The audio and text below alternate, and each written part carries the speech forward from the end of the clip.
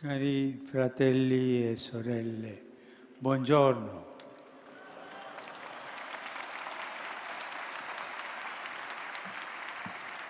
Oggi vogliamo soffermarci su un aspetto della misericordia ben rappresentato dal brano del Vangelo di Luca che abbiamo ascoltato. Si tratta di un fatto accaduto a Gesù mentre era ospite di un fariseo di nome Simone. Questi aveva voluto invitare Gesù a casa perché aveva sentito parlare bene di lui come di un grande profeta.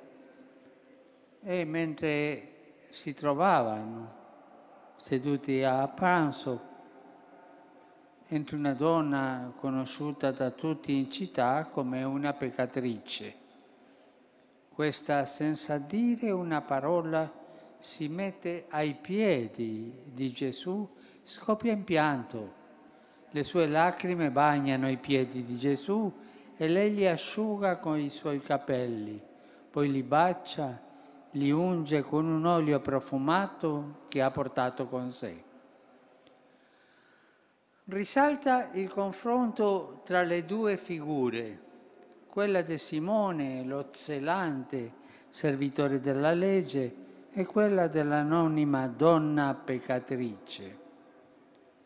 Mentre il primo giudica gli altri in base alle apparenze, la seconda, con i suoi gesti, esprime con sincerità il suo cuore. Simone, pur avendo invitato Gesù, non vuole compromettersi né coinvolgere la sua vita con il Maestro. La donna, al contrario, si affida pienamente a Lui con amore e con venerazione. Il fariseo non concepisce che Gesù si lasci contaminare, fra virgolette, contaminare dai peccatori. Così pensavano loro. Egli pensa che se fosse realmente un profeta dovrebbe riconoscerli e tenerli lontani per non esserne macchiato, come se fossero lebbrosi.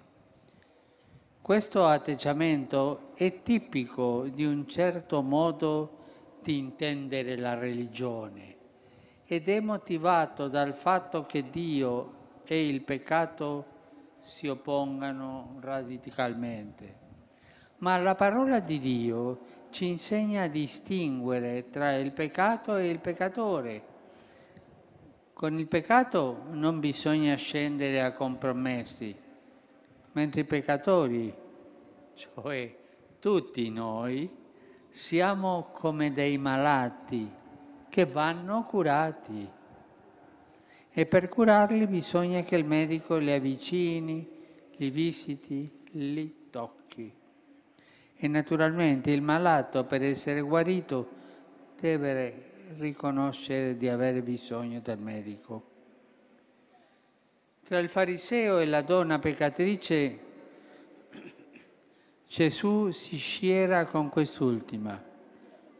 Gesù, libero da pregiudizi che impediscono la misericordia di esprimersi, il Maestro la lascia fare. Lui, il Santo di Dio, si lascia toccare da lei senza temere di esserne contaminato. Gesù è libero perché è vicino a Dio che è Padre misericordioso. E questa vicinanza a Dio Padre misericordioso le dà a Gesù la libertà. Anzi, entrando in relazione con la peccatrice, Gesù pone fine a quella condizione di isolamento a cui il giudizio impietoso del fariseo e dei suoi concittadini, i quali la sfruttavano, la condannava. i tuoi peccati sono perdonati. La donna ora più dunque andare in pace. Il Signore ha visto la sincerità della sua fede e della sua conversione. Perciò davanti a tutti proclama: la tua fede ti ha salvato. Da una parte quell'ipocrisia dei dottori, di questo dottore della legge, dall'altra parte la sincerità, l'umiltà e la fede della donna. Tutti noi siamo peccatori, ma tante volte cadiamo nella tentazione dell'ipocrisia, dirò un po' di crederci migliore degli altri. Ma guarda tu il tuo peccato, tutti noi guardiamo il nostro peccato, le nostre cadute, i nostri sbagli e guardiamo il Signore. Questa è la linea di salvezza, il rapporto fra io peccatore e il Signore. Se io mi sento giusto, questo rapporto di salvezza non si dà. A questo punto uno stupore ancora più grande assale tutti i commensali. Chi è costui che perdona anche i peccati? Gesù non dà un'esplicita risposta, ma la conversione della peccatrice è davanti agli occhi di tutti e dimostra che in lui risplende la potenza della misericordia di Dio, capace di trasformare il cuore.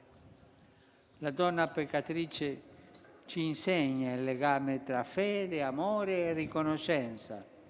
Le sono stati perdonati molti peccati e per questo ama molto. Invece colui al quale si perdona poco ama poco. Anche lo stesso Simone deve ammettere che ama di più colui al quale è stato condannato di più. Dio ha racchiuso tutti nello stesso mistero della misericordia e da questo amore che sempre ci precede tutti noi impariamo a amare. Come ricorda San Paolo, in Cristo, mediante il suo sangue, abbiamo la redenzione, il perdono delle colpe, secondo la ricchezza della sua grazia. Egli l'ha riversata in abbondanza su di noi. In questo testo il termine grazia è praticamente sinonimo di misericordia e viene detta abbondante, cioè oltre ogni nostra attesa, perché attua il progetto salvifico di Dio per ognuno di noi. Cari fratelli e sorelle, siamo riconoscenti del dono della fede. Ringraziamo il Signore per il suo amore così grande e immeritato. Lasciamo che l'amore di Cristo ci riversi in noi. A questo amore il discepolo attinge e su di esso si fonda. Di questo amore ognuno si può nutrire e alimentare. Così, nell'amore riconoscente che riversiamo a nostra volta sui nostri fratelli, nelle nostre case, in famiglia, nella società, si comunica a tutti la misericordia del Signore. Grazie.